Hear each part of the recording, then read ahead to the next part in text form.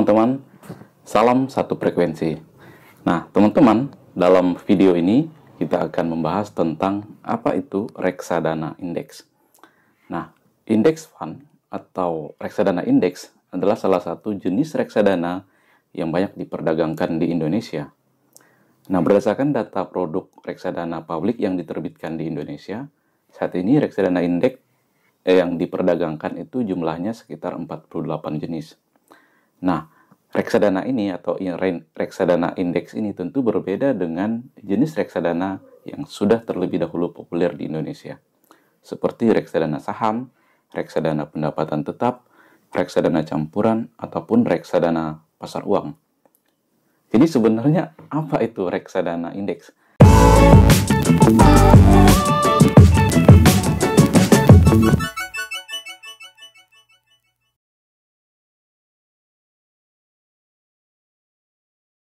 Seperti yang dikutip dari laman resmi OJK bahwa reksadana indeks adalah reksadana yang dikelola untuk mendapatkan hasil investasi yang mirip dengan indeks yang menjadi acuan, baik itu indeks obligasi maupun indeks saham. Nah, reksadana indeks ini bisa dikatakan sejenis dengan reksadana terbuka karena bisa dibeli atau dijual sewaktu-waktu setiap hari bursa. Karena itu dikelola untuk mendapatkan hasil investasi yang mirip dengan indeks acuan.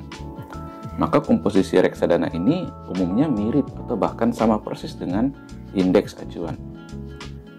Nah, oleh karena itu, tidak setiap reksadana biasa yang pengelolaannya dilakukan secara aktif oleh manajer investasi, pendekatan yang digunakan untuk mengelola reksadana indeks justru pasif atau sering kali disebut dengan passive management strategy.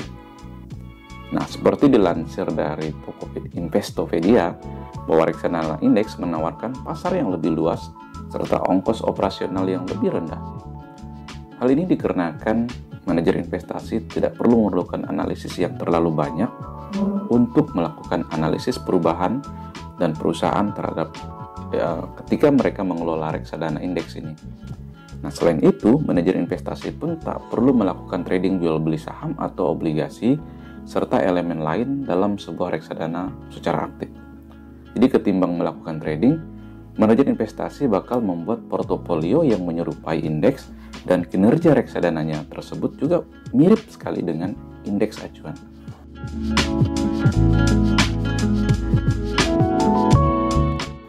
Nah, kita akan lihat cara kerja reksadana indeks. Nah, seperti sudah dijelaskan sebelumnya bahwa kinerja reksadana indeks ini sangat mirip dengan indeks acuannya.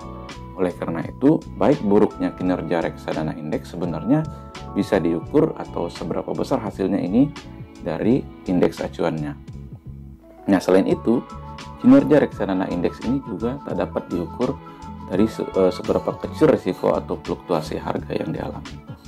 Jadi, kinerja reksadana indeks ini diukur berdasarkan selisih antara kinerja reksadana dengan reksadana dan indeks acuannya. Nah, sehingga bila kinerja reksadana tersebut lebih baik, namun selisih dengan indeks acuannya besar, maka kinerja reksadana indeks tersebut tetap dianggap tidak baik.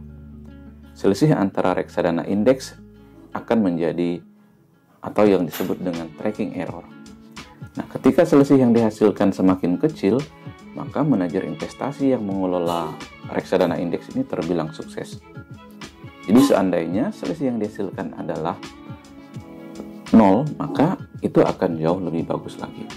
Nah, jadi beberapa contoh reksadana indeks adalah reksadana indeks Bahana Indeks IDX 30 yang dikelola oleh Bahana, kemudian reksadana indeks Apris Indeks LQ 45, serta reksadana indeks BNP Paribas Sri Kehati yang mengikuti indeks Sri Kehati.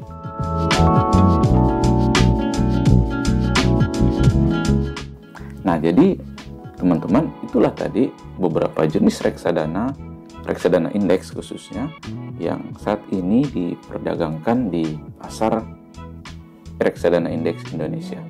Nah, Anda bisa membeli reksadana tersebut tentu saja melalui agen penjual reksadana efek, baik melalui Bibit atau melalui Bareksa atau melalui sekuritas yang lain. Nah, jadi kesimpulannya teman-teman bahwa reksadana indeks ini menginduk atau membuat acuan pada indeks tertentu yang populer pada indeks saham maupun indeks obligasi. Nah, biasanya kalau kita lihat indeks saham itu yang paling banyak digunakan adalah indeks IDX 30 atau IDX 30, atau bahkan ada juga indeks LQ45. Jadi kinerja dari reksadana indeks ini sangat mirip atau mendekati dari kinerja indeks yang menjadi acuan, baik indeks saham maupun indeks obligasi.